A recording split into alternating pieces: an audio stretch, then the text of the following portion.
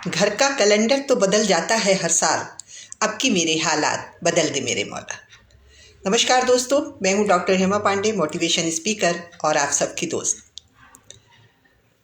वर्ष का दूसरा महीना भी समाप्त होने को है करीबन और हम जो नए वर्ष पर कुछ संकल्प लिए थे, कुछ वादे किए थे, कुछ कमिटमेंट हमारे थे अपने आप से कि हम अपने हालात इस वर्ष ज़रूर बदल लेंगे। चाहे आर्थिक हो, बौद्धिक हो, सामाजिक हो, हमने अपनी ज़िंदगी को बदलने का जो संकल्प लिया था उसमें कितना संकल्प हम पूरा कर पा रहे हैं। यूँ तो ज़िंदगी को जीने के लिए 5 या 4 चीज़ों में अगर हम डिवाइड करें तो उनमें से सबसे पहला है शारीरिक और मानसिक। क्या हम शारीरिक और मानसिक सेहत के लिए कुछ कर रहे हैं? दूसरा है आर्थिक। क्या हमारे बैंक बैलेंस में कुछ जीरो बढ़े या हमने कुछ ऐसा किया कि भविष्य में आने वाले 2 से 5 सालों में हमारे वो जीरो बढ़ जाएंगे। तीसरा है सामाजिक।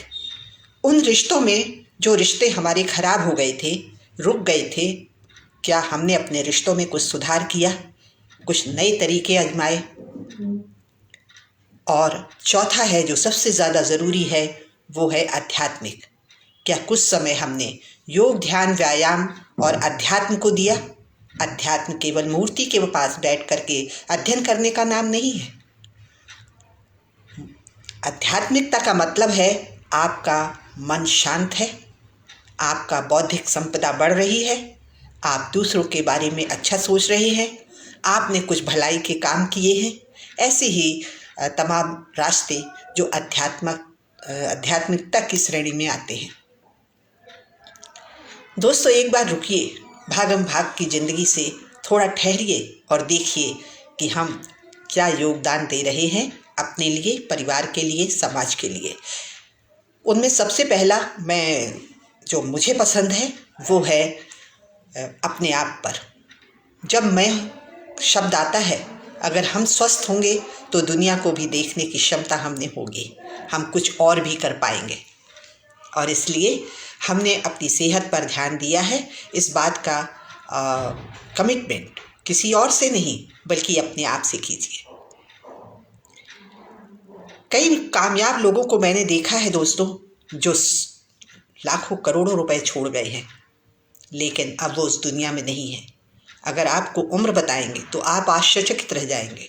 25 से 30 से 35 बीच के लोग ज़्यादातर इस दुनिया को छोड़कर जा रहे हैं, जिन्होंने ज़िंदगी को जिया ही नहीं, जिन्होंने अपनी रिश्तों के, अपने पैसों का जो सुख होता है वो उठाया ही नहीं। क्यों? क्योंकि उनकी आदतें ऐसी थी।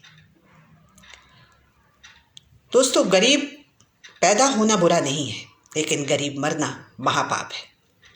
आखिर गरीबी में हमारे बस में नहीं थी हम किन माता पिता के पास पैदा हुए,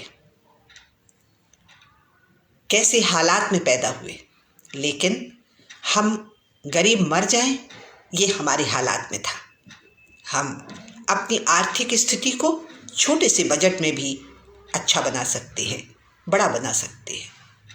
काश हम में धैर्य हो।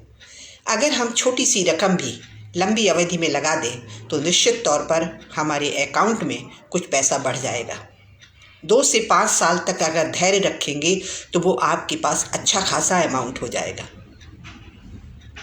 अगर आप थोड़ा समय भी अपनी सेहत के लिए देते हैं, सुबह जल्दी उठते हैं और 15 मिनट भी टहलते हैं, तो आपका शरीर फिर से रिनोवेट होता है और आप स्वस्थ हो जाते हैं। इसी तरह आप अपनी बौद्धिक क्षमता को बढ़ाना चाहें तो बढ़ा सकते हैं। जैसे आप 15 मिनट अगर किताब पढ़ते हैं तो वर्ष के 90 घंटे पढ़ लेते हैं, जो आम व्यक्ति जिंदगी भर नहीं पढ़ पाता है। और इससे होता क्या है दोस्तों, कि यदि आप उम्र दराज है तो आप कहते हैं कि इससे फ़ायदा क्या है, इससे आपकी जो याददाश्त की क्षमता कम हो रही है उसमें रुकावट आ जाती है। नहीं आएगी, उम्र का कोई भी असर आपके ऊपर नहीं होगा। अगर आप एक्सरसाइज, योग करेंगे तो आप चिरयौवन बने रहेंगे। अगर आपके खान पान पर आपका कंट्रोल रहेगा तो बीमारियों से आप दूर रहेंगे। मेडिकल पे खर्च करने से अच्छा है कि और फल और सब्जियों पर खर्च किया जाए। ये आदतें हैं दोस्तों। इन आदतों को बनाना और इनके साथ जीना बहुत मुश्किल होता है, लेकिन यदि आपने 90 दिन तक इनका अनुसरण कर लिया तो निश्चित तौर पर आप एक कामयाब जिंदगी जी कर जाएंगे। कामयाबी केवल नौकरी लग जाना और कुछ पैसे आ जाना नहीं है। करोड़पति लोग भी मैंने कराहते हुए देखे हैं।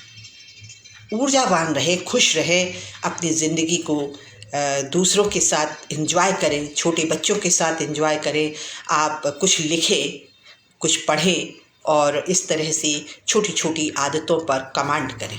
कहते हैं श्रेष्ठता वो नहीं है जो दूसरों से की जाए। श्रेष्ठता का मतलब होता है कि पिछले 5 वर्षों में आपने अब जो थे, आने वाले 5 वर्षों में आप क्या बनेंगे, वही तो मेन सफलता हुई। दूसरे तो आपसे लाखों करोड़ों लोग बहुत सफल हैं, करोड़ों लोग आपसे बहुत दयनीय स्थिति में हैं।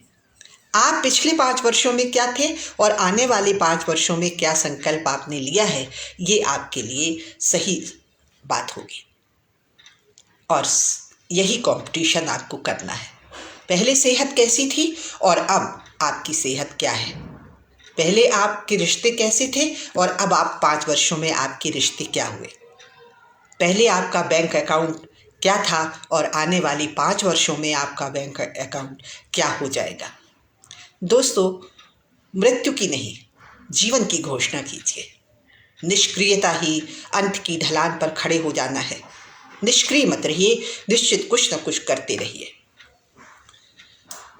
रिश्तों में अपनापन और दोस्तों के साथ ये संजीवनी बूटी होती है। कुछ दोस्त ज़रूर बनाइए। दोस्त निस्वार्थ होकर ठहाके लगाते हैं, आपसे कुछ अपेक्षा नहीं रखते हैं। एक ऐसा ही कंजूस व्यक्ति जो बहुत पैसे वाला था और उसने अपनी सारी संपत्ति बेच दी। उसने सोचा कि मैं एक सोने का अच्छा खासा ढेला बनाऊं और अपने पास रखूं। और ऐसी परिस्थिति में उसने उसको छिपा दिया एक गड्ढे में। सारी प्रॉपर्टी बेच देने के बाद सोने का एक बहुत बड़ा ढेला लिया और उसके बाद उसे गड्ढे में छुपा दिया। अब वो रोज आता और रोज उसे चेक करता। उसके नौकर को कुछ एहसास हुआ। उसने सोचा कि कहीं कुछ गड़बड़ है, निश्चित मेरे मालिक ने कहीं खजाना छिपाया हुआ है। और वो आकर के उनके पीछे पीछे चेक कर लेता है। बाद में जब मालिक वहाँ से चले जाते हैं तो रात में आकर वो सोने का जो ढेला था उसको निकाल लेता है। दूसरे दिन जब मालिक आया तो मालिक देखकर दंग रह गया, ये क्या, और लगा रोने पीटने, अपने बाल नोचने लगा। निश्चित तौर पर उसकी दुनिया भर की जमा पूंजी थी वो, जो उसने सोने में तब्दील कर रखी थी। बहुत दुखी हो रहा था, चिल्ला रहा था। पड़ोस के ही एक व्यक्ति ने आकर उससे पूछा, भाई क्या बात है, क्यों इतने दुखी हो रहे हो, क्यों रो रहे हो। उसने सारी सिचुएशन बताई, बात बताई। तो उन्होंने कहा उसमें क्या फ़र्क पड़ता है, एक पत्थर लो और इस गड्ढे में रख दो। तुम्हारे लिए तो इस सोना भी था, वो इससे ज़्यादा कुछ नहीं था। आप मान के चलो कि ये सोना है और मस्त ज़िंदगी जियो।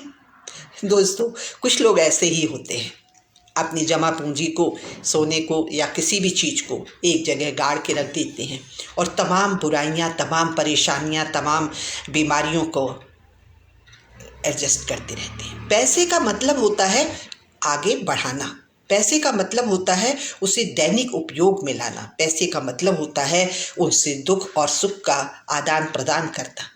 पैसे का मतलब ये नहीं होता है कि केवल एक जगह आपने रख दिए और उसके बाद वो रखे ही है, अगली पीढ़ी को हस्तांतरित होते जा रहे हैं उतनी ही अमाउंट में। अगर आपके पास पैसा है उसे बढ़ाइए आप, ताकि वो जमा पूंजी ज़्यादा से ज़्यादा हो सके। अगर वो आपके परिवार के लिए भी है तो आपका परिवार उससे लाभान्वित हो सके। छोटे से बच्चे को अगर छोटा सा अमाउंट 10 साल के लिए लगा दें तो वो करोड़ों में हो जाएगा। यही तो बुद्धिमानी है। आज जितने भी करोड़पति हुए हैं, किसी ज़माने में पकौड़ी तक बेचते थे, लेकिन आज क्या है, सही माने में उन्होंने ही प्रगति की है। ऐसे ही तमाम आदतें दोस्तों आपकी ज़िंदगी को जिंदा दिली से जीने के लिए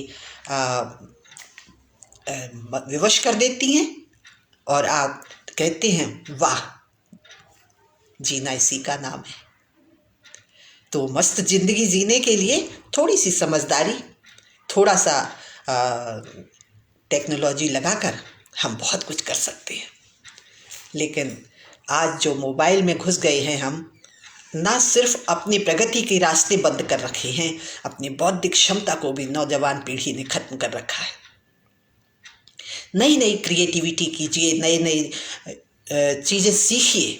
उम्र कभी भी रुकावट नहीं होती है दोस्तों।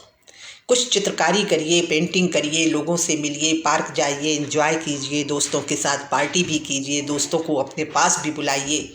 और कभी ये मत कहिए कि हम बूढ़े हो गए हैं। ऐसा कहकर आप अपने रास्ते स्वतः बंद कर लेते हैं, आप खुद ही बीमार हो जाते हैं। इसलिए कुछ आदतें अपनाकर हम अपने आप को खुश रख सकते हैं, स्वस्थ रख सकते हैं और अपने सामाजिक रिश्तों को अच्छा बना सकते हैं।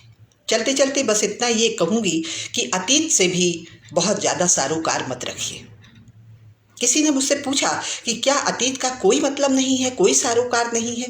मैंने बोला है ना, अतीत का केवल उतना ही सरोकार है कि वो दोहराया ना जाए।